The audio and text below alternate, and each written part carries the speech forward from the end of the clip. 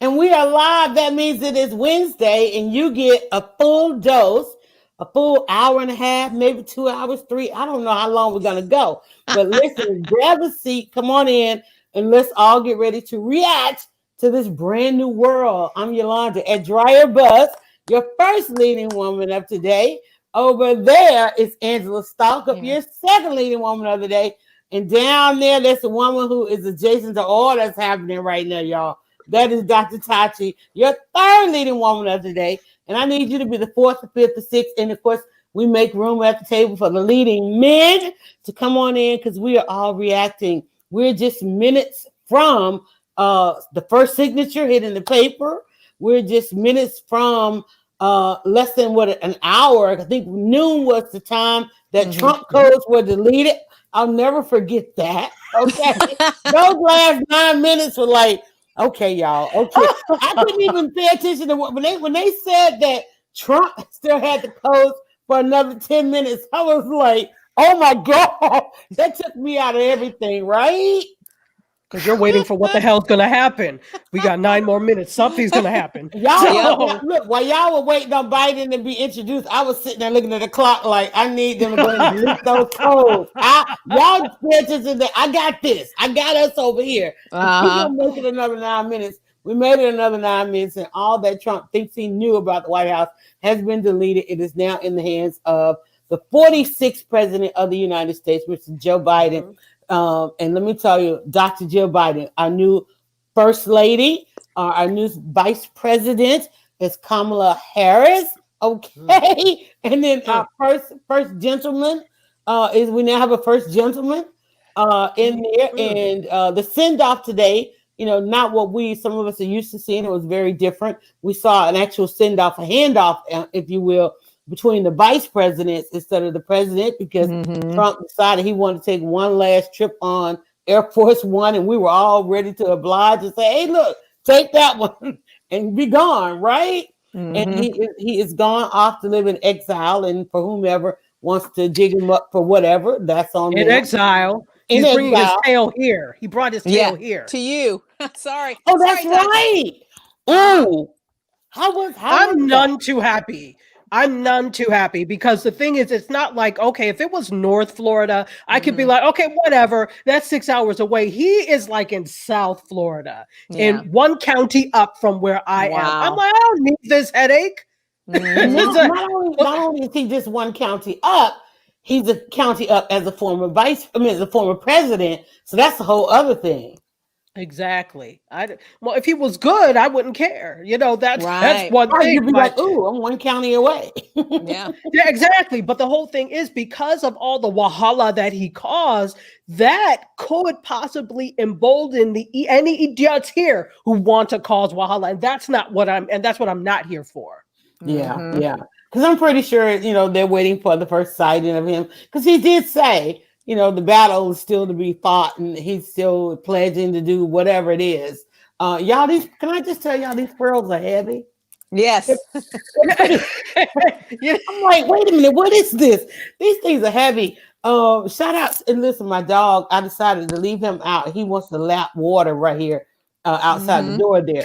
I don't even know where to start, because I feel like I witnessed this, but I wasn't all in. It was definitely different than what we saw with Obama. It was even different than what we saw with Trump, because, even when Trump was in the inauguration of Trump, we got to see everybody, and the pomp and circumstance was still there. Even, the red carpet and all that was bestowed upon him, even though he did very little with it. And there will ever be the comparison.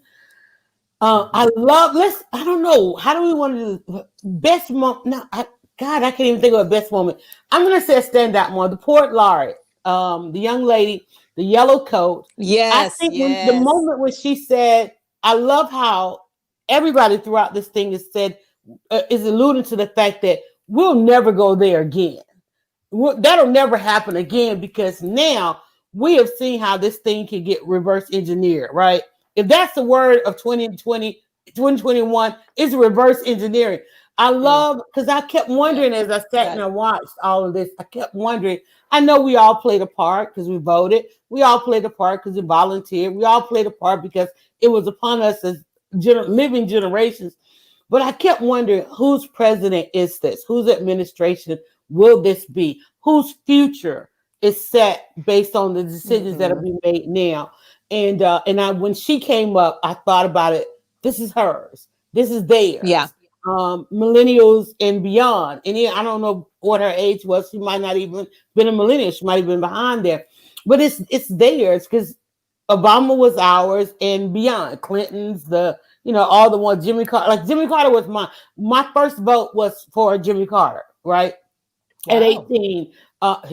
Really, Tati? I'm sorry. No, Tati said, wow. I mean, like for real. I mean, that was and back then when we turned in high school. Wait a minute.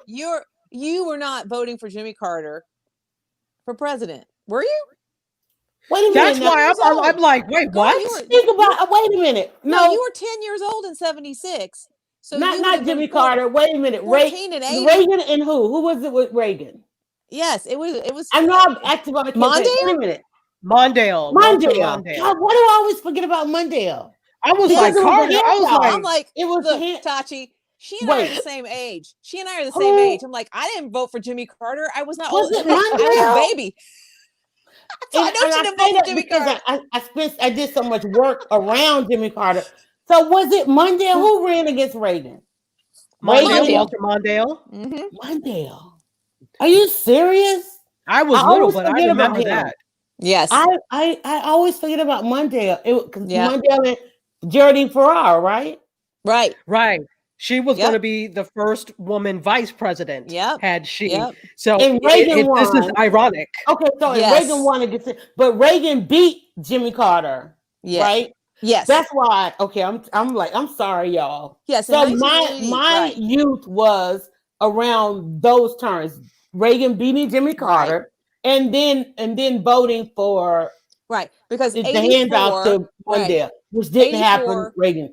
Right. So Reagan, because I remember cutting school to go home and watch The Young and the Restless or something. And that day when Reagan got shot and the program was interrupted, I remember I was home. I was like, I played hooky that day. I'm like, I'm not going to school. I'm going to watch The Young and the Restless. And Reagan, and it came on, the news came on, and Reagan was shot. So Reagan was the president of my high school life. Okay. I was like, why? But then I ended up working for the organization founded by Jimmy Carter. So, it set some things in motion. But so when we think about that for us, and I think about this for the generation, our kids born with Barack Obama being their president. Yes. And then this whole handoff to Trump and witnessing that. I love that they get today to see the transition of power back into the hands of civilized sanity and everything. And as they say, they want Biden to be a boring president. We need a boring president after this. Right. My God, I feel like I got turned around there. Well, you're talking about Amanda Gorman is the youth poet laureate who delivered that poem, and I thought that is the generation that grew up and only knew Obama as president until 4 years ago. And I'm like, and I thought about that's the seed that was planted by Obama and the audacity of hope, right? And by the work that he and Michelle did. And I'm like, yeah, we had this 4-year gap. Hopefully we'll never gap it again. But I'm like but her message, I thought, is what young people grew up with, of a vision of America and a vision of a future and a vision of the world. And so I thought it gave me great hope. I mean, and that girl became instantly famous. Twitter exploded. It exploded over her. And, I knew, it's funny because I had seen that we were going to have a youth poet laureate speaking. And the whole time I was like, oh, I guess she's at the end. So I sort of knew it was coming, but I did not know what was coming. Right. And so I think it really, what a beautiful way to end that. And to say, those of us who have been around a long time, it's easy to forget that there's a big generation coming behind us. Right. That is like, we want to see hope and we want to see change and we want to make the world better. And they really are committed to it. So I'm so happy that Amanda Gorman is going to be a household name as of now.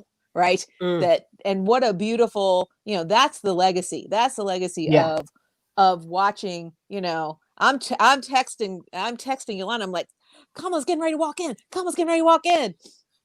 And I was still in the clubhouse room. She's over in clubhouse and doing great work. We did our breakfast with Ryan. Was supposed to end at 10, and everybody's like, "No, let's have a viewing party." And I'm like, "No, because I got to get ready for a broadcast." So I literally jumped from there, watch the oaths, them take the oaths, and then get ready for this over here. It's awesome and amazing. It just was a bookend. It was a perfect bookend to that, to Kamala leading off the oaths, and then we have Amanda Gorman. With that, I love her. With the her delivery was so matter of fact. It was so matter of fact. It was so commanding of the attention.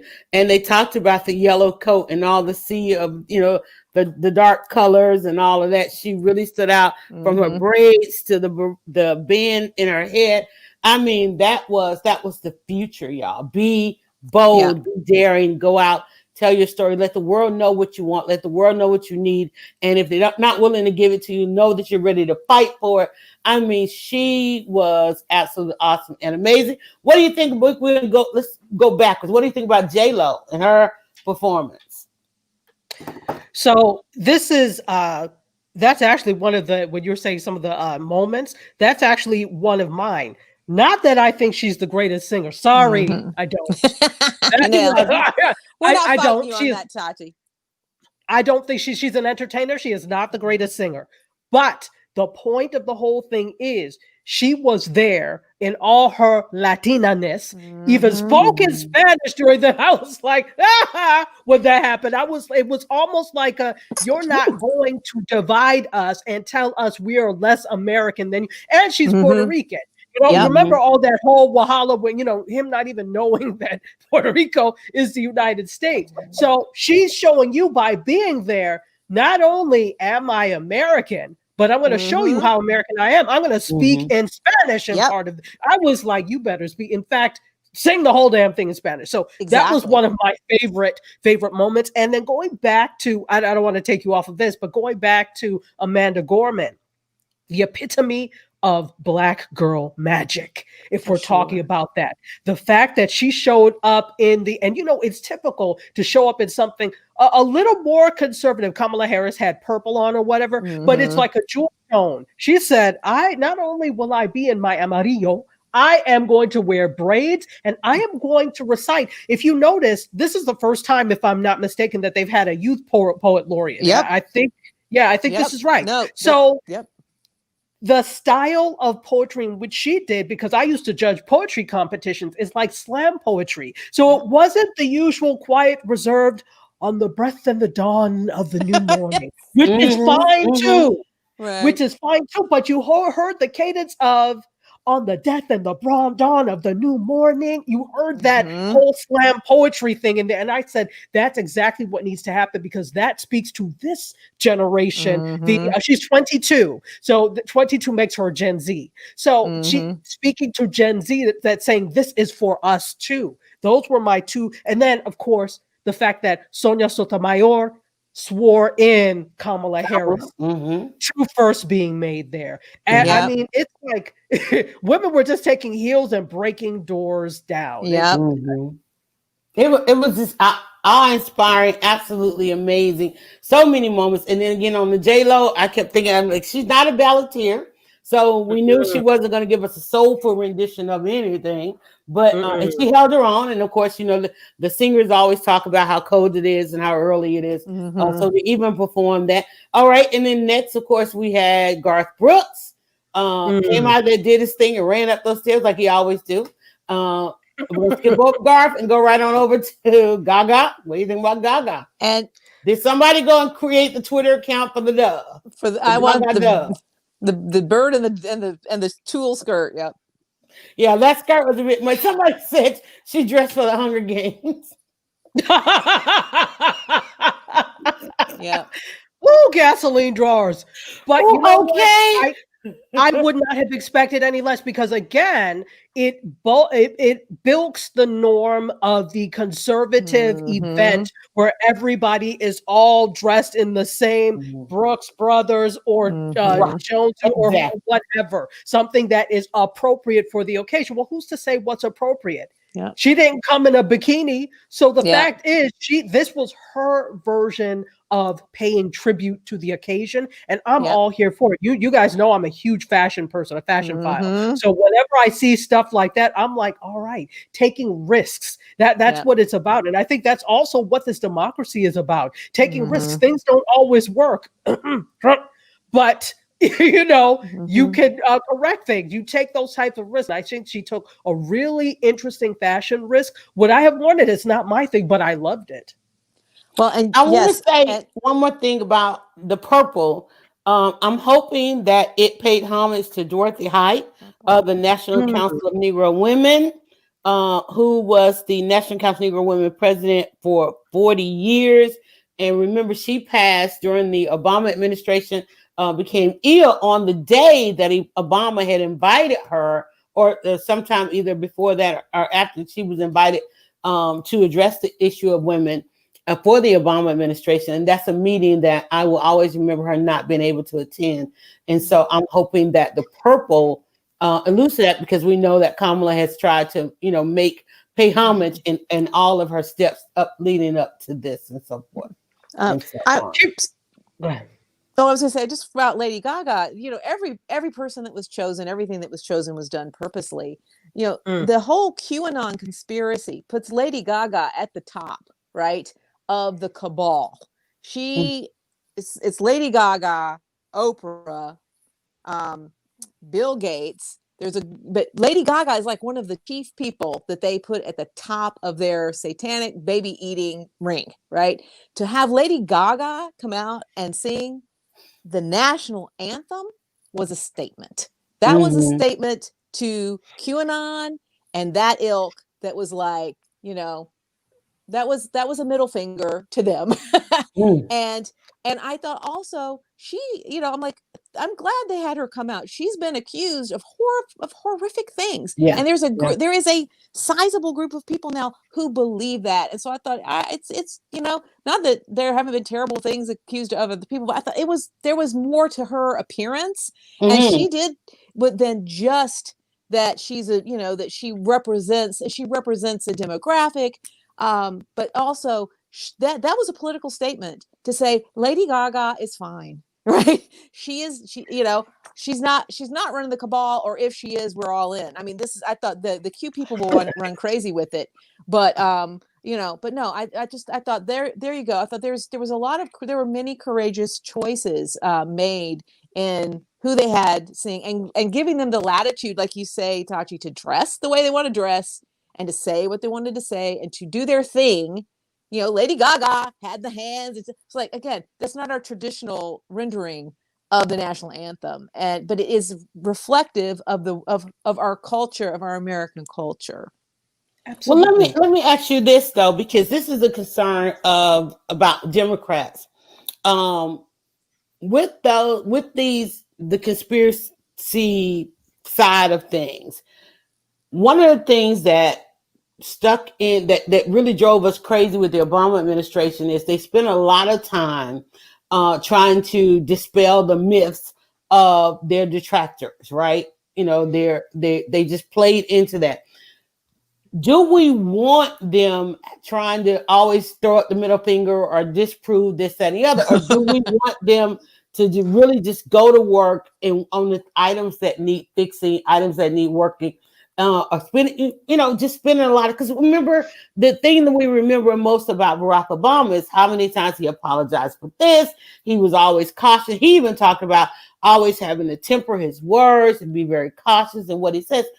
And we know that Biden was pretty much, the guy behind him. Like, this is a big effing deal.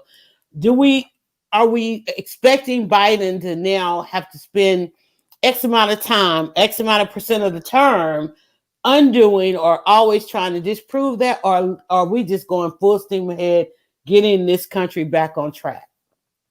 Oh, I think it's full steam ahead. But Yalanda, you're not gonna let us have a little petty. You're not just gonna let us have a little, because petty. Petty could be distracting, you know. You know, I live with Petty, so I know Petty could be distracting, and so I really need the ball rolling on some things. And I think that that's probably it for Petty, right? Because Biden's probably signing papers right now, right? Oh yeah, he is. So I mean, he's sitting at a table signing before he goes to his next thing. So yeah, I don't think there's going to be I mean, his inaugural address, which was all about we're going to unify, we're going to come together. You know, I don't think I don't think that was Joe Biden either. That was probably somebody planning. That might have been Klobuchar, right? There was somebody planning the event who said, "Let's get Gaga to do this." Yeah, exactly. Yeah, that's probably the extent of petty that we're going to see. If you know the Democratic side, like the Democratic side, petty is not usually the rhetoric. And the discourse is always, let's ride is above. They go low, we go high. And they're always going low.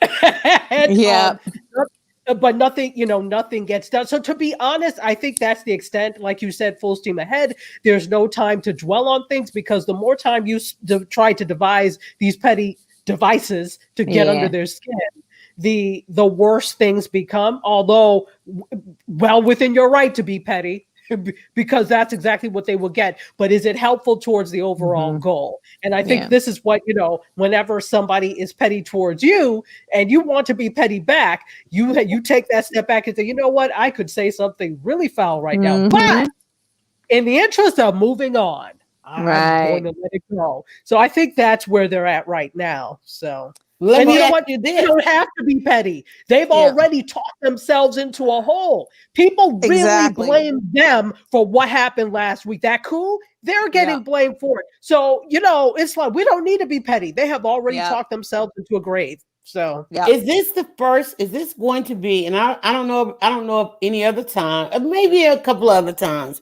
but is this going to be the first time that the vice president might possibly outshine or get as much attention as the president? Probably so. I see her as being a very active vice president. As we know, the vice presidency has tended to be a very passive role. I mean, and it's by design as well, but she's not going to be the passive vice president. There are a lot of people, let's be honest, there are a lot of people that are like, forget Biden, it's about Kamala. Exactly. They are invested in Kamala, and it's less about Biden for some than it is about Kamala. So there are a lot of people watching. They're going to be expecting a lot of things. And I think she's wanting to deliver these things because of the horrific 4 years that we've had. So together with Joe Biden, I'm seeing more activity on her part than we've seen past vice presidents. And I think it's going to bring the eye over to the Capitol more so. I mean, that's ironic, too, when you think about the fact that the coup didn't happen at the White House, happened over at the Capitol. I think it's definitely going to keep the eye on the Capitol, because she will sit as President Pro Tem of the Senate, the deciding vote. I know me, I am already sitting anxiously awaiting the State of the Union, because she will take that seat next to Nancy Pelosi, being the speaker, and then Biden will have to come in and have permission of the two women in order to address the nation. That is not going over my head at all. And that's been a long time coming. And then there's just so much. We know that right now, and I was trying to keep the video up and in my ear, and anybody keep us posted, guys. And if you watching the video, leave a comment, say hello. Your comments can be shared on screen while we are live. And we're going to go just about an hour. We're not going to keep you long, keep your attention away from. Keep us. In fact, here come the headlines coming down the timeline. I'm going to go ahead and hit a couple share on this, on the poet that spoke today. As you scroll your timeline, I'm also trying to find the video, because I definitely want to because I really want to see the presidents as they go to lay the wreath. That's just seeing the presidents, the living presidents, come back together again. and attending events, and we don't have to worry about Trump at any of these events because he really won't be invited because it will always and forever be a security concern to have him around our living presidents. Yeah. So, that's just something not going to happen. So, like I said, when I say the man has to go to into exile, he really does. He really does.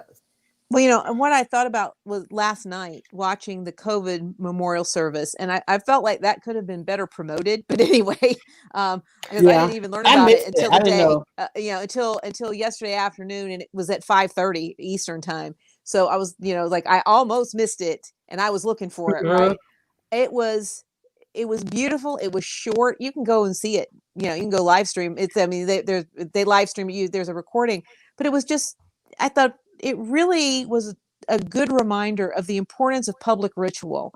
And it was, if anything, it was, not that Trump needs 100 condemnations. And after today, I hope I never utter his name again. But all they did was they had a prayer. Biden, they had a prayer, a song. Biden spoke some words. Then they all stood and were quiet while Yalanda Adams sang hallelujah. And then the church bells rang. That literally was a 20-minute ceremony.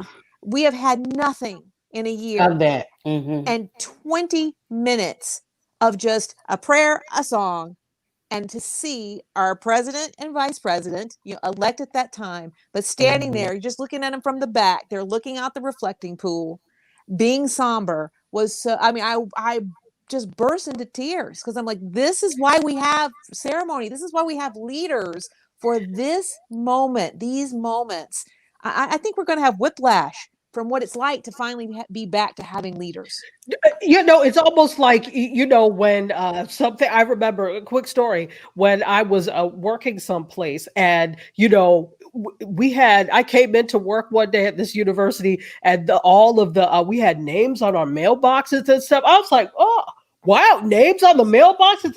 And one of my colleagues, we said, you know what, we're so used to mediocre that when things are done the way they're supposed to be done, we don't know how to act. That should have been done, but somebody else came in and made these changes. We're like, well, what? So I think we're not going to know how to act for a while because we're so used to sub-mediocre, subpar, no ceremonies, nothing that, and ceremonies are what keeps cultures together, whether it's the United States, whether it's, Burkina Faso, it doesn't matter where you are in the world. Every culture has their ceremonies that are part of their culture and solidify them as members of that culture. So I think it's really interesting that happened. And it also, number two, lets people know that the pandemic is a real thing. It is not a made up fiction of somebody's imagination. It is real and nobody has recognized these individuals yet. So the fact that happened yesterday was critically important. It was. And it's something we should have been doing each month throughout this whole thing, starting day one. When you think about the loss, when you think about the fact that they say that it likened to us experiencing 9/11 on a daily basis. And yet we have this man still leave office and not even as part. Even I can understand you lost and you're bitter about that, but still, bipartisan loss of life is bipartisan. And if you to still make that political and to still try to put it on someone when it wasn't just one nation, all nations under God are having to deal with this thing, and you still couldn't rise to the occasion at all. Because this man not rise to the occasion. That is right. So why did you expect him to? I'm curious. I expected him to simply because there's so much protocol in place or was once in place. And it's like people ask, like, what kind of ceremony do you want when you leave? And his thing was, I want to, just as he came in, it's all about me. I'm going to do this. This is how I want to leave. And the heck with everybody else. So it's not, I don't know that I don't know that I had, I guess I did still. I just felt like somewhere along the line, somebody was going to say, man, you are out of your mind. Well, that somebody didn't happen. That somebody would have made him, right? That somebody would have said, you got to do it. But he couldn't do it because he would have to admit that those people had died. And the position that he took when he took his stand to say, this is nothing, this is not a big deal, because he sees it as his fault, because it is, right? Then he can't acknowledge it, any acknowledgement of it. But I'm with you. I mean, when it was in March, when we knew we had 15 cases, was at the end of February, the 15 cases speech. By that point, I had quit watching Trump live. I didn't even want to watch him in recordings. I would read the newspaper or whatever. But I was like, I want to hear what he's going to say, because this is a moment, right?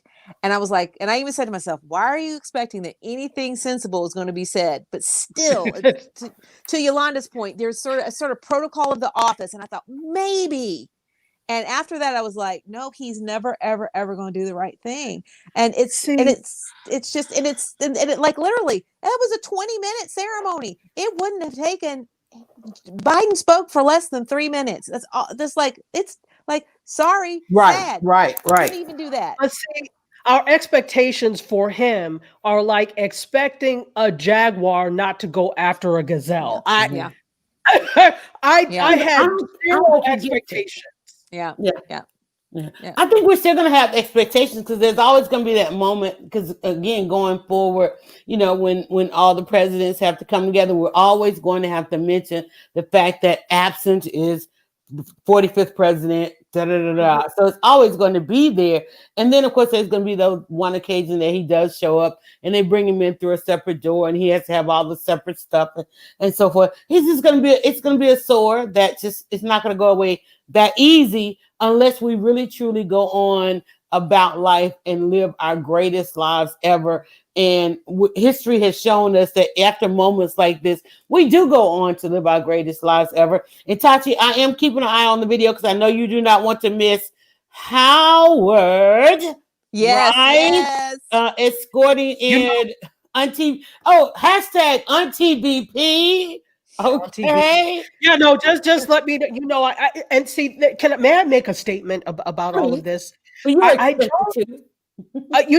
So, the reason that, usually when I'm on air or whatever, I may make, if somebody asks, but I don't talk about Delta. I don't talk about Howard, in the big, well, of course, if somebody asks or it's related, I don't do that. But I don't think people really realize the impact that this has, not only for Howard University, but for HBCUs and Black intelligentsia in general, Black education in general. This is the fact there were more people now that were looking at HBCU. Look at, Stacey Abrams went to Spelman. Keisha Bottoms went to FAMU. Raphael Warnock went to Tennessee State. Morehouse. Yeah. Who went to Tennessee? Somebody went to Tennessee State. I don't. Okay, so went to Morehouse. So you have all of these products of HBCUs, which dispels the myth that they are not needed, that they don't produce talent for the real world. I'm like, when was that ever a thing? But you could ask people. There are people. Howard is one of the major HBCUs, and you can add. When I was going to grad school, there people were asking, "Oh, so what are you doing after graduation?" So I'm going to grad school. I'm going to Howard. Where's that? You don't know Howard University?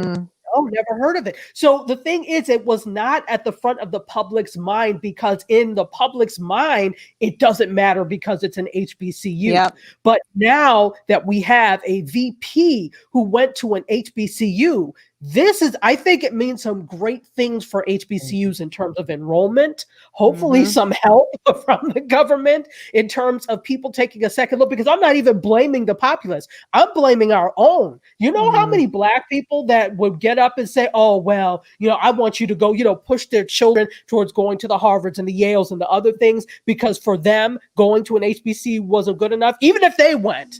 For them, it wasn't good enough. So I think this is making people take a second look at the power of HBCUs and then the power of Black women's organizations. There was a group on Facebook that was Divine Nine, which are, the 9 historically Black fraternities and sororities that were really raising money and doing things for, to get Biden Harris, elected. So, just the power of community and the Black church. I don't think people realize the power. They look at it, but then they forget. So lest you not forget. I'll just say that. You're so right. I was talking, we do Breakfast with Drivers on Clubhouse. and you're gonna have to go ahead and get your Apple device and come on over there and join us. You are the 8 to 10 in the 17th morning. person who has told me this. Well, I was talking with a young woman. She has opened up a business, a wash business, right? She wants to do the wash and foam. And she was talking about promoting, how to promote her business. And I let her know, I said, the history, listen, that we wouldn't have a history if it wasn't for wash women. And I don't know how many of you have watched this one night in Miami. No, not one night in Miami. I was watching, there was a marathon on MLK Day of King. And it's the one with, his name is going to skip my mind. It was one of the old original versions of MLK. And that one of the guys stood up, and I wish I could remember his name that played it. I don't want to lose this shot. I'm looking at here to Google it. But he stood up in the church, and one of the guys was arguing about trying to get the pastors to come out. We know the civil rights movement led by many of these ministers. But when they went to the ministers and said, hey, listen, you are the ones that have to lead this movement.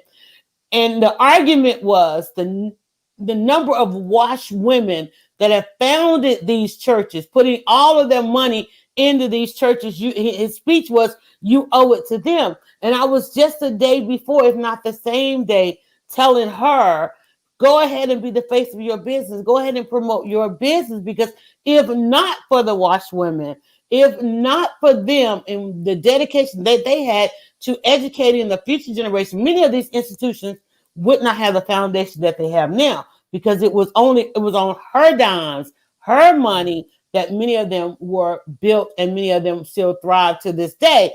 And I think that is part of the downfall of the HBCU, because if you say that there was a ceiling, a glass ceiling, as to how far you can go as a member of HBCU, it's because they let go of what their true foundation was. If you forever compare yourself to how you started and knowing why you started, you will always know who you are and why you exist. And I think some of them did lose their way in why they exist. I think some of them lost their way in some of these former presidents, because every president, believe it or not, has had an HBCU initiative. And some of the stranger ones were the initiatives that Republicans had, right? I can't wait to see the Biden White House website, right? Because the Trump White House website, ooh, child. But we have to remember that, and I think that's part of what they need to get back to, And that's why I say this lens that's now on everything, right? It's going to be something to watch. It's going to be something to watch. Absolutely. And, I think I need for people to also remember that this is not a quick fix. Right. Forget about this last administration. There are hundreds of years of stuff that they have to fix. There is a lot that they've acknowledged that there is work to be done, but it's not going to get done in 4 years. Yeah. It won't get done in 8 years. Every president, with the exception of the last, and probably a few others, has tried to make a dent in certain things, right? Mm-hmm. And so I think that's what we really are looking for, a dent, but like a significant dent, But I want for people not to forget that they are inheriting Wahala. Okay. They are inheriting a lot of nonsense. And so it's now just really trying to put out these little fires before they can get to these other things. So I want people to remember that. That's right. They've inherited a forest fire, right? I mean, it's like I saw there was a political cartoonist, and I don't know which paper. It might have been our Atlanta paper. Mike Lukovich is globally known. But anyway, it was basically the remains, like the rubble of Washington, right? Mm-hmm. And it was the silhouette of Joe and Kamala with trash bags, right? And they were picking up trash. And I thought, that's what we've left them with. Trump left them with rubble. He torched the place, left them with rubble, and now they're going to get blamed. And the Republicans are going to blame them instantly for everything, right? And I thought, we have to be careful, those of us who supported them, right, to say they've got a really big hill to climb. And Yalanda and I've been trying to get through Obama's memoir, and I'm still not through it. I'm listening to which one? newest, his most recent one, Promised Land. Most recent one, Promised Land. Yeah. Okay. So I was like, it's like 25 hours long. I'm like, I listen to it all the time, and I still have 20 hours. I'm like, I don't understand how I'm 700 pages. I'm like, why am I not past this? But to hear him talk about how the lead up to being, to 2008 election, and how, Trump's so bad, you forget how bad it was, and how bad we were on the brink of a global economic collapse. And that, kudos to whoever was in charge of the Treasury Department at the time. He brought in McCain and Obama and said, this is so bad. Whichever one of you wins it's just going to be horrible. We've got to get you ready. So that both campaigns were kept up to speed with what was happening so they could hit the ground running. They knew it was really a matter of weeks, maybe a month, to save the global economy, right? And so you look at what Barack Obama was handed, and how he left it. It's a miracle, right? 8 years later. But you say, I was like, well, I would have said that Obama really did inherit the worst, right? But Trump pretty much guaranteed in this last year that Biden, Harris have inherited far worse circumstance than Barack Obama. And it's like, and I just like, I hope we can have some patience with that. Right. You're right. It's like a setup. It's like it was purposely set up, because if you watched his going away speech, he said, I hope they don't raise taxes. You know what? This is the first time I have been able to watch anything, because I knew he was late. I was like, he's gone. Yeah, because he's gone. But I had not watched anything the entire 4 years, just because it sickened me. But this was the first time I'm like, I don't feel sick. Let me watch. Because it's over. Because that literally is the last thing that you get to say. The last thing. So he said, I hope they don't raise taxes. I have to say, they don't raise taxes, but if they do, I told you so. That's exactly what he said. So it's like a set up for anything wrong that happens, that he told people that this was going to happen. I'm like, can't you just go away? We had to sit here and we had to watch a man who had the resources, access to the most brilliant minds on the face of the planet, and he denied access to all of that.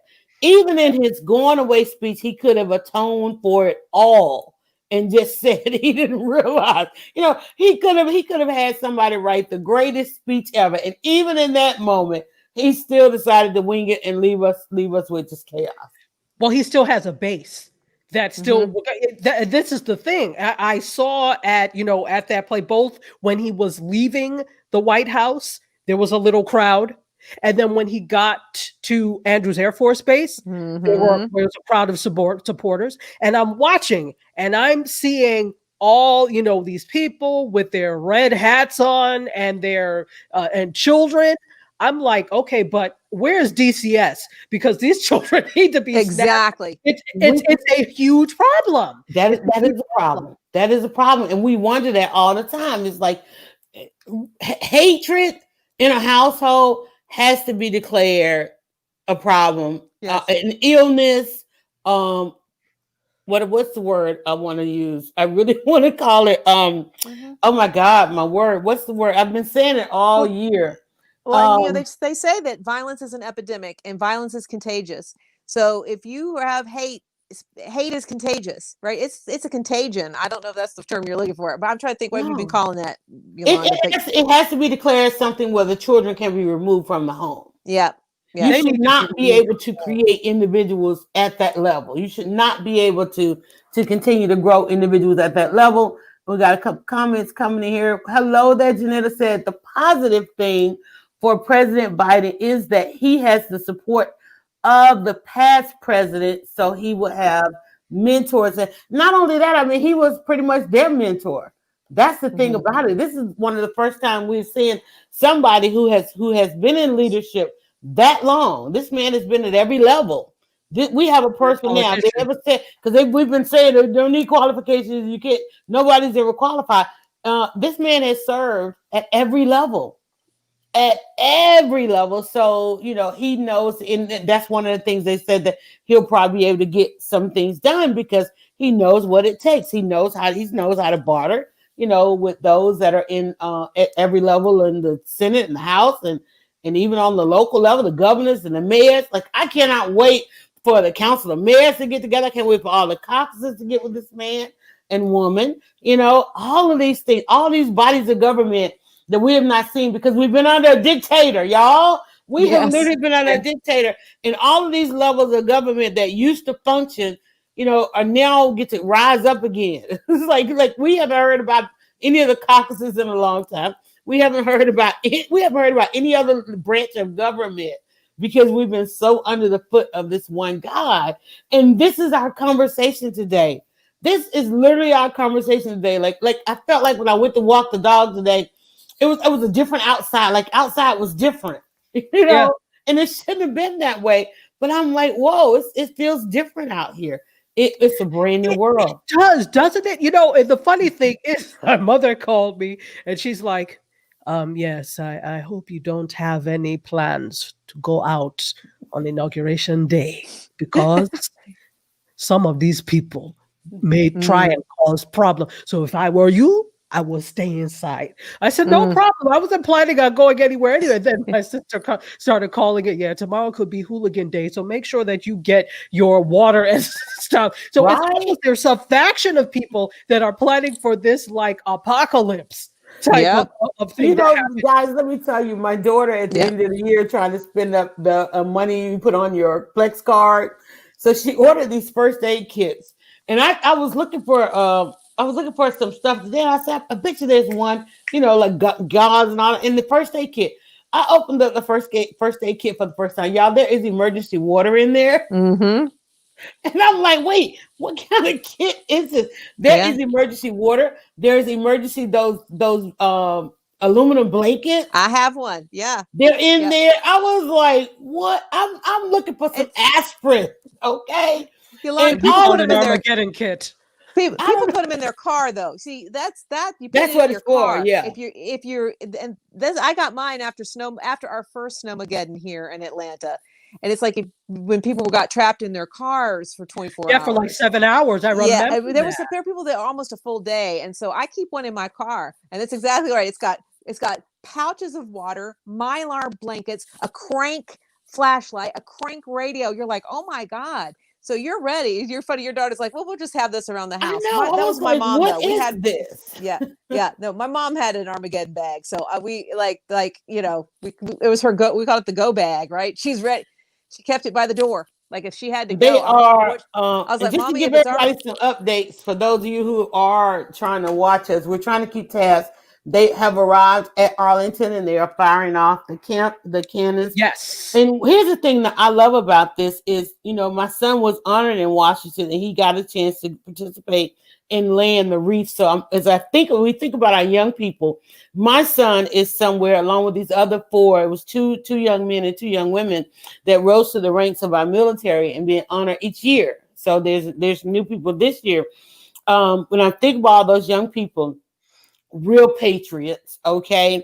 Yes. That somewhere, even though my son has left the country and living in another country, he is now watching this and having had this very same experience, because one of the things they did with these young people is take them through the traces of the footsteps of an inaugurated president. So everything that Biden is doing today, whereas my son grew up under the presidency of Barack Obama, having watched Barack Obama, he then got to go to Washington, go to DC, spend a week there and go through these very steps. And so as our president and first woman vice president will descend those stairs to go down and lay that wreath, in my son's mind and these other young people, they've done that, y'all. Mm-hmm. Now they did it in Trump's term, but Trump would not honor our military because it was quite diverse. Okay. So when you think about our young people my son is somewhere right now having that moment, knowing that he has walked in those footsteps.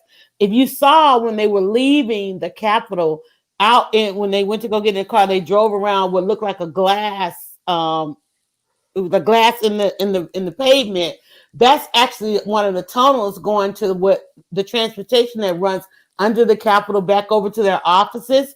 I have a picture of my son standing down there and looking up through that glass, and you can literally see the rotunda of the Capitol. And I'm standing there behind my son as he is just looking up and gazing at this and all of his hard work to say, you know, of course, me, I'm like, yeah, baby, you can run for president. And it's obvious that they could do that.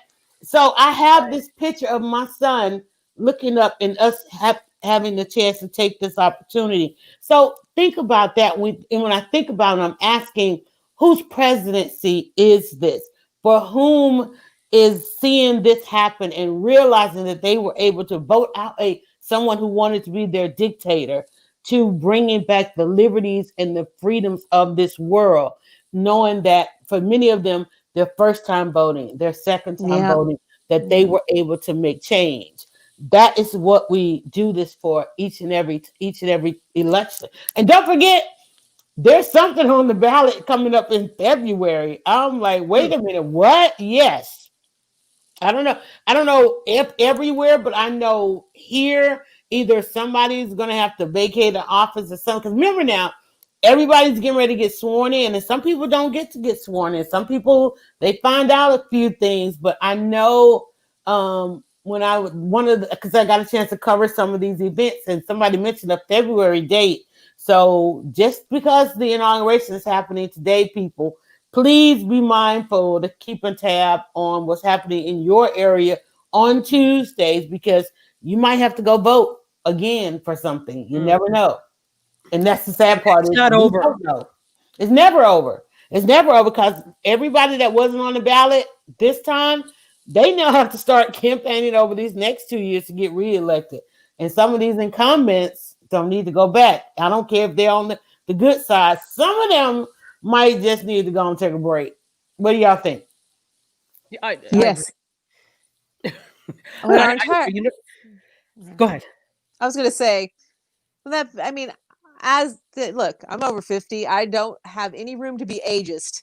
But when I'm looking, being like, everybody here is over 80, there's a time, as we have had many discussions with the generation above us. They don't have to release their torches. They just have to light the other torches. So that what torch are you? That's a good question. That's it. They just need to take their torch and light the next torch. So those torches, and then they can just be torch emeritus over here and be mentors. Yes. And it's like, just be over here as a mentor, a mentor, and let the younger generation through. Because I tell you, if you just looking at that inauguration, I'm gonna go back and we'll loop it back. We're at 2:30. I mean, you had loop to know. It back. You had to know Justice Ginsburg was trying to hold on for this day, because you had to know that in the deal that Obama and Biden made with Hillary for Biden not to run, for Hillary to run, you had to know that there was that was going to be her historic moment, replacing Justice Ginsburg. Am I saying the right one? Say it for me, LBJ.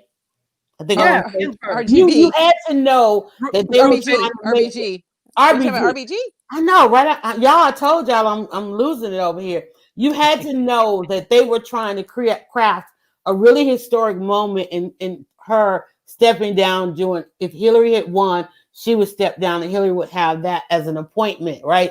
And then when Hillary didn't win, her staying in and trying to hold on until this moment.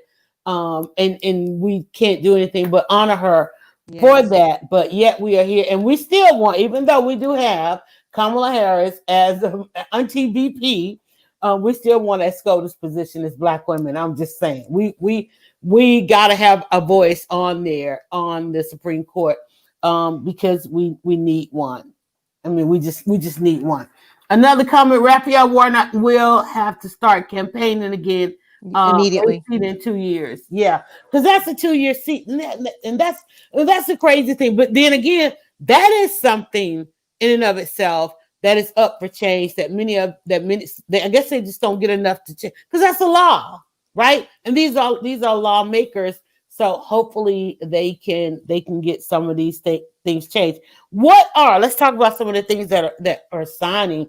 What are, I know he's already signed a couple things already at the Capitol, and he is then going to head back to the White House and do some signing, and then they're going to finish up the day with a lot of virtual things. What's in your wheelhouse? What's the first thing you need for him to sign Biden as president? Well, I need the vaccine rollout. I need vaccine. I need the medics. I need the medical corps of the military, National Guard. I need to see that rolling out immediately, so that we can get so that we can start getting people vaccinated. And I'll share this. I'm a caregiver for a disabled person who's medically fragile, and is not, and has to have medical transport to leave the house. It will be very difficult for her to get a vaccine she should be vaccinated in the first round, but no one can come and give you the vaccine. You have to go to the vaccine, right? So the second would be for me to get vaccinated as her caregiver. So that does put me up in the line. It's so chaotic here in Georgia that literally I had somebody sends me a message and said, "Well, we think we can get you on a list, but you're going to basically," it was almost like we're going to have some extra vials, and we think we can get you some vials if you can get over here on a certain date. And I'm like, are you giving me a shot out of the trunk of your car? I'm like, this is not sounding like, I was like, is this some boosted vaccine that you're talking about? And they're like, and I'm like, it can't work this way. It just can't work that way. So for me, it's like getting this COVID, we get that, whatever has to happen to get an orderly distribution of the vaccine. That would be in what I'm facing every day. So that's mine. So I pass the mic to Dr. Tachi, as we say in Clubhouse. I think the vaccine is important, but for me, more importantly, is funding for a proper vaccine. Not to say that this one is not proper, but from what I read and from what I'm hearing, NPR, they talked about this, that the vaccine they currently have it's 2 doses, and it's effective against the symptomatic COVID. So if you're asymptomatic, it's possible for you to be vaccinated, but still be carrying the virus in your nose. And so you can still transmit it. So they're saying that you still have to take precautions like wearing a mask, that type of thing, to prevent the spread to others. So to me, I'm like, well, that's not useful. So I what the hell is that? So I'll stick with it. So I think there needs to be more money toward not just, the research and development of this, because again, everything was done in a rush and everybody wants to be first to market. And that doesn't mean it's not promising, but it still means that more work needs to be done for it to be effective. So I think that is something, that more money towards this. I would like to hear, because one of the things that I continue to say is that we did a vaccine drill in my neighborhood 4 years ago. Okay, knowing that it was known during the Obama administration that something was coming, and there was this practice drill to bring all the agencies together. They asked us as citizens in the neighborhoods if you would drive through so that you'll know, in case something happens, this is where your neighborhood is slotted to go. Mine was to the mall. If we have the speakers that come on in the tornado drill. If the speaker come on and said, "Hey, get to your designated area. Here's where those in your neighborhood would go, and you'll be inoculated, vaccinated, or get information." So I would like to hear what did we lose in that time that Trump, disavowed everything that they tried to hand off to him as an administration. And so I'm waiting to hear as Biden picks that back up. I think one thing we're going to tune into is the daily press conference. I just want to see that handled with some serious discourse, right? I want to see that come back to order. I want to see now who shows up that's going to now cover this president. I'm pretty sure everybody's trying to get their credentials back, right? Yeah, no, I'm so excited about that. I mean, and you can attest to this too as a journalist. I'm really excited about journalists actually being able to go into the White House freely and report what needs to be reported without fear of retribution from it. Journalism has always been a dangerous job, depending on what kind of journalism you do. But it's been particularly dangerous in the United States these past 4 years. They have been under siege. It's terrible. And so I'm not saying that journalism has done the best job not at all, but it makes it that much harder when you don't have the okay of a public institution that you're supposed to be able to cover. And so I'm really excited for journalism. I'm waiting for all kinds of think pieces and stories and things to come out like we've never seen. I'm waiting. Yeah. Oh yeah, I'm keeping tabs. Angela already knows. I'm keeping tabs with everybody. The communication team makes sure that I'm still on the list. I cannot wait for my invitation to the Rose Garden. I will be much more prepared than I was during the Obama administration, and thanks to the Obama administration for all the amazing invites. But I just had a lot going on. I had to decline a lot. However, when they did come to Atlanta, I did, and that's another thing too. Being that there's a lot that happens here, our city tied to Washington, and of course, a lot of Biden's support and people that he's courting for his administration, of course, being here. So we know that we're going to see several visits from the president. And I'm also wondering how much will he travel? Because, we think about it, when you think about the age difference, I mean, we talked about seeing Kamala out more. I think she will probably do a lot of that duty that would normally have fallen on the president. I think it's really going to be, let's keep this guy under wraps. Let's get him, in the virtual, the war rooms, and using all the technology. I think he'll probably be at that part, but I think we would definitely see her out and about. Somebody has to get out. And I know shaking the hands of the people and kissing babies is not a thing right now, but somebody has to get out in America. One, of course, they're going to want to thank thank America for what has been bestowed upon them. But somebody really has to get out and represent the office of the president, the office of the vice president out here with the people. I can just imagine some of the photo stops, because we can't keep in mind his whole first 2 years of calendar. That's probably already planned. They've already planned those. They've already made the communication. Well, and listen, if you're somebody and you didn't have anything on the calendar, you're probably not going to get a visit, because none of this is ever spur of the moment. In whatever industry he wants to bounce back, I guarantee they've already got those visits. Probably I guess who can you visit? Amazon. Manufacturing. What's something that is probably hoping to bounce back with this administration? We got to focus on the economy. Solar, green energy. I think green energy, which seemed like maybe some attention was turned away from it. All wind power. We know Trump hated windmills. What about education? I said windmills. Yes. Oh God, education. I mean, education is probably going to be one of the first things, right? Yes. Now that we've gotten rid of Bestie DeVos, name. She really made, not that the education system here was divine in the first place, but she really made a shambles of it because she didn't know what the hell she was doing. And, none of the idiots around him would say, well, that's not me. I don't know what I'm doing. They all said, sure, I'll do it. And that's part of the part of the thing is knowing where your limitations lie, especially when you're not going to have people who know around you. And so I think education certain types of education are going to be important.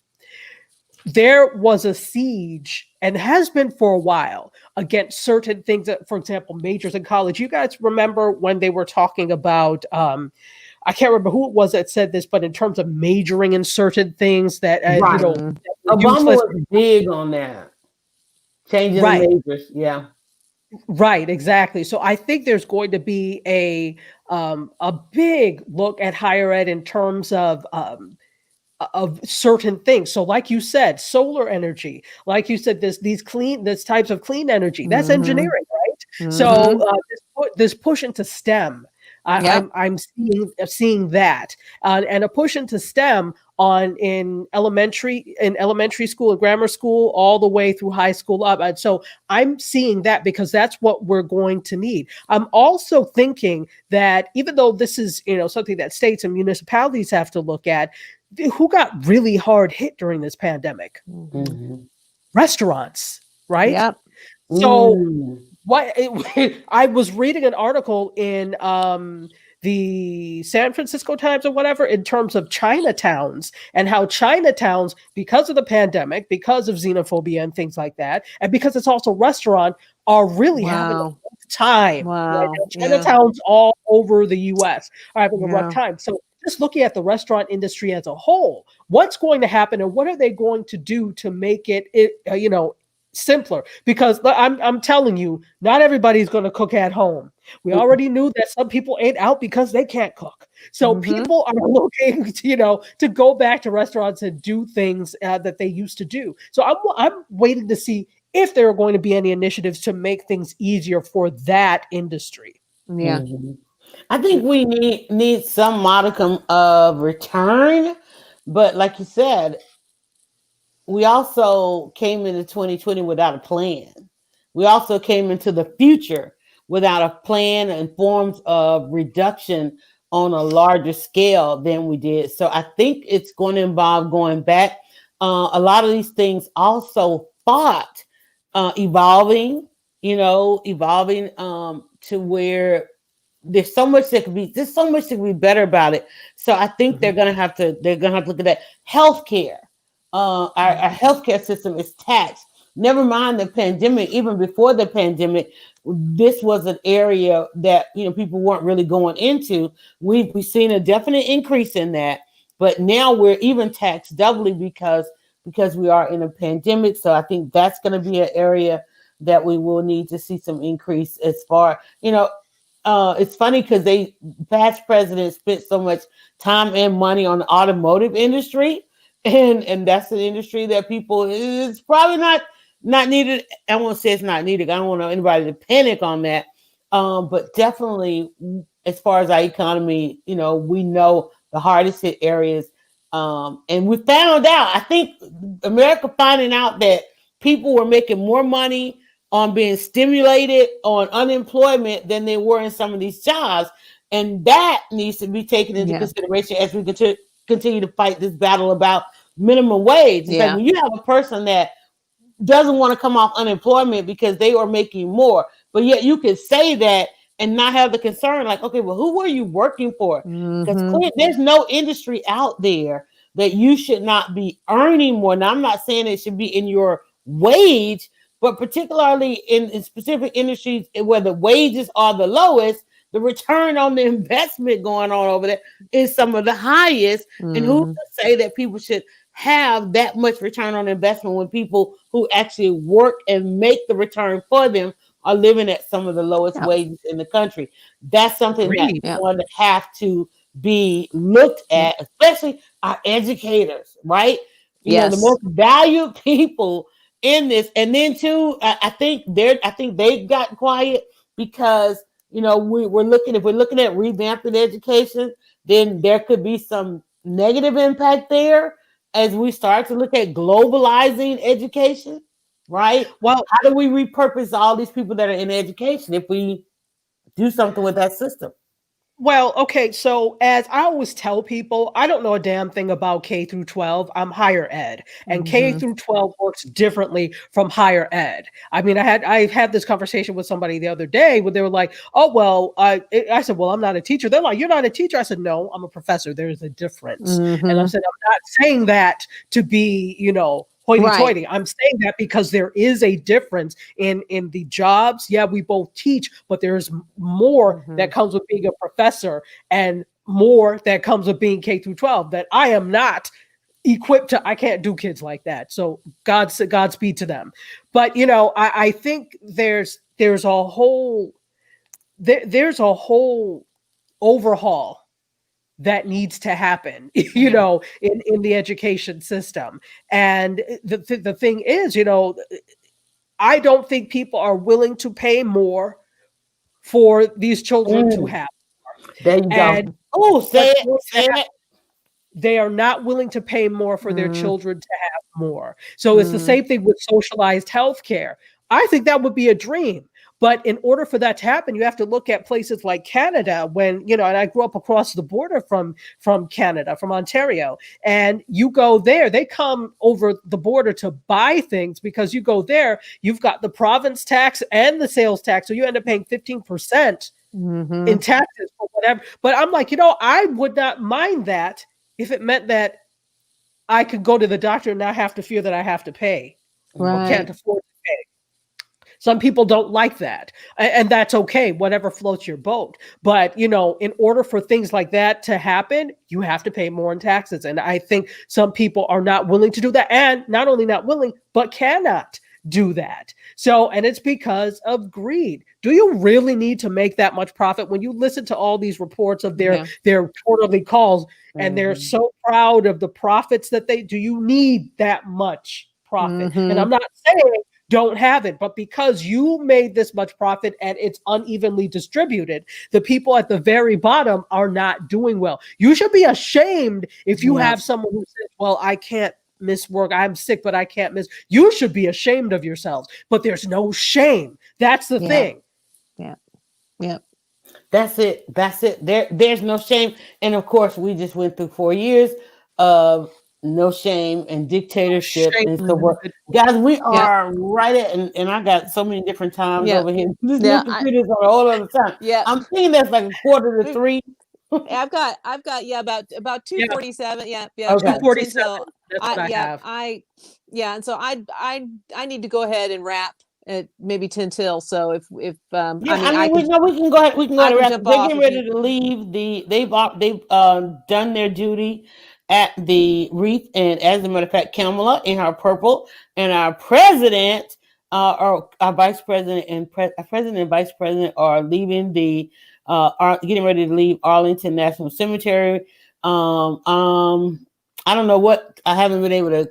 I turned it down, so I know they're going and doing the rest of their duties. And again, I'm watching them walk up these very steps that my son got a chance to walk up. So just so many proud moments about this day, you guys. And I hope that everybody gets a chance to understand what is happening here for our young. And keep in mind, again, back to our young people.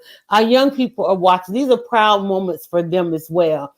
Let's make sure that we are stopping it and making sure that they understand and not talking at them, but listening to them, because this is their president and first lady, right?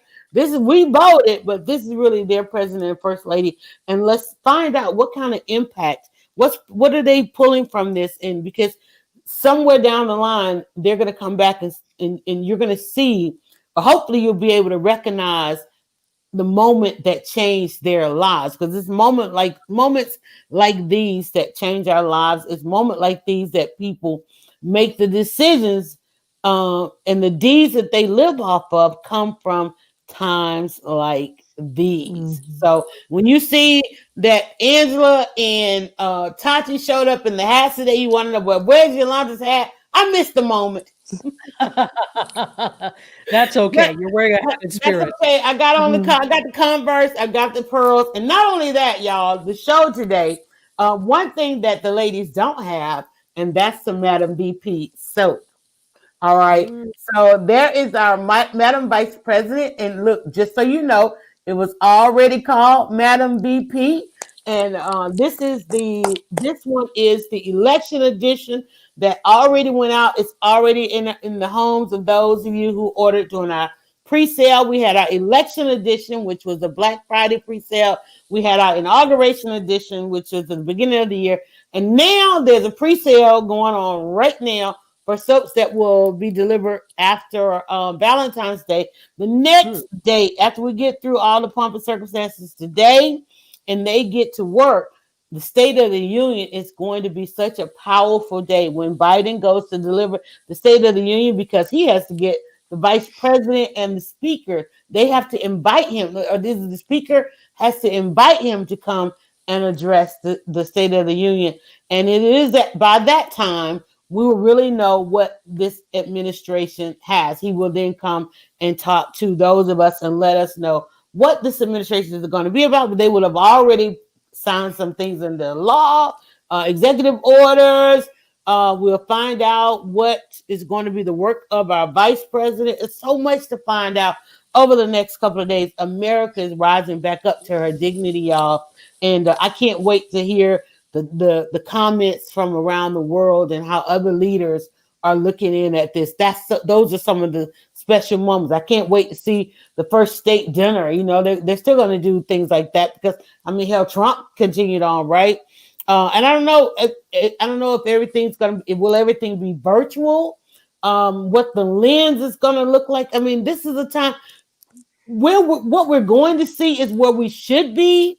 If not, we're here because of the pandemic, but we should really be here simply because America invested correctly in technology, and Correct. they didn't.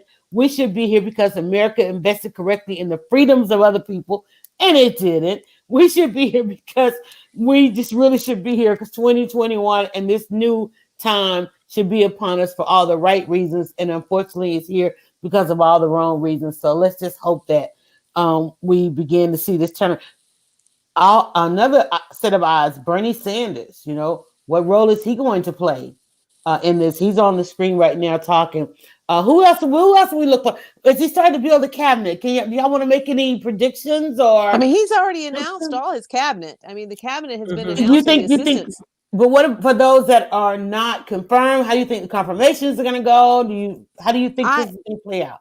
I think that for the most part, they're going to get confirmed quickly because I believe that, especially with this thing on the Capitol, that the Republicans now are motivated. We just got to get on with business. I do think there will be a couple.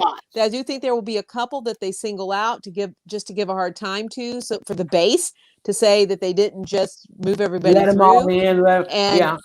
So, you know, it will be interesting to see who which ones they pick. I haven't followed very closely who's going to catch some heat, but I know there's a couple of women that they're saying I can't think of the woman that they feel like that there have been statements in the past and so forth that they're probably going to jump on her. So there'll be some people that they're going to. What do you think about Pence and participating in this ceremony, breaking ranks with Trump? What do you think about that? When Pence showed up on my screen, because I'm watching Kamala, and I'm like, and then so I'm like, when's Kamala coming? And then I saw Pence. I will not repeat what I said. I screamed at profanity and I said something Pence, and then I said, would someone please shove him down the stairs? That's my feeling on Pence. And well, I'm taking these pearls off, y'all, because they are heavy. Yeah, and I do have to go. On that note, now let me be careful. They'll come get me for that. But no, I think that Pence being there, McConnell, George GW, they're trying to say that the core Republican Party is going to cooperate. Will they? Yeah. We'll see. But I think that's what that was. They will definitely have to move the needle back in a little bit, if not full center. I don't know where they're starting from because again, they've got to figure out what to do in 4 years, which will be here before we know it. But for right now, let's just enjoy the moment. Thank you guys for thinking it not robbery to look away from all that's happening and come and join us. And thank you for those of you that commented. Thank you for those of you that are viewing us over on Facebook. And those of you, got to tell you, Leading Women Weekly has its own YouTube page. So for those of you that have subscribed everywhere else, one more place we need your subscription, and that's for you to go and find Leading Women Weekly on YouTube. Don't know how long we'll be over here on Facebook because we definitely want to do some things on YouTube. But please, definitely go over and subscribe. I'm gonna share it out and ask for you to please give us your follow over there. And Tachi, thank you so much for always being at our call. Howard girl as well with Auntie DP. So I know you're being and let me just say let me just ask you because we didn't get to see the Divine Nine because I was really looking forward to seeing the Divine Nine out there on the mall and just everywhere. And I know that was just so totally disheartening to the Divine Nine not being able to represent and participate. And I don't know, and I'm not asking you to tell us anything you can't, but is there some show of force, maybe something we can, those of us that are not, can kind of slightly recognize you guys out today? That's a good question. Well, you know, the whole pearls thing is you know, basically from all the D9 sororities wear pearls, so that's kind of a shot to that. Even though it's taken like all women, you know. Angela sent me the message yesterday. She's like, "The women are wearing pearls." I was like, "Girl, we better find out. We don't want any backlash." No. It's like it's all women. And I didn't. Hey, I'm no dumb white lady. I checked to make sure that white women were invited to wear pearls. Right. I was like, girl, let's double check now. Okay. Everybody was invited. You know, pearls are a sign, and I think it's a welcome change after, you know, all the very heavy misogynistic messages that have been out there. Pearls signify dignity. Pearls signify grace. Pearls signify femininity. Girl, this ain't hurt, no. Good Lord. Yeah, you got to get some lighter pearls.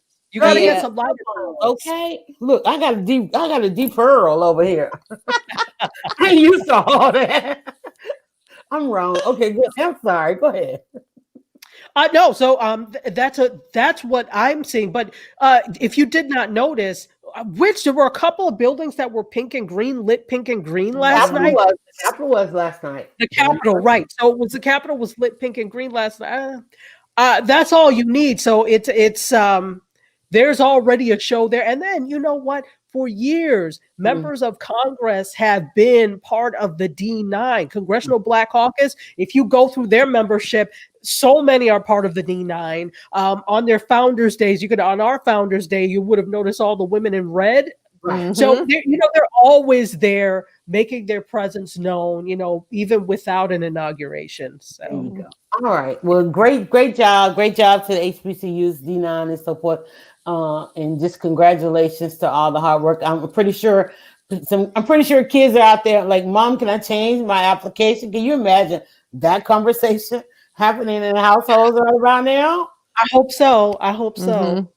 I know so too. So we'll just be watching to see what the Biden administration does in their initiative, because every president does the HBCU initiative, and I'm pretty sure this one is going to be extra ironclad. All right, everybody.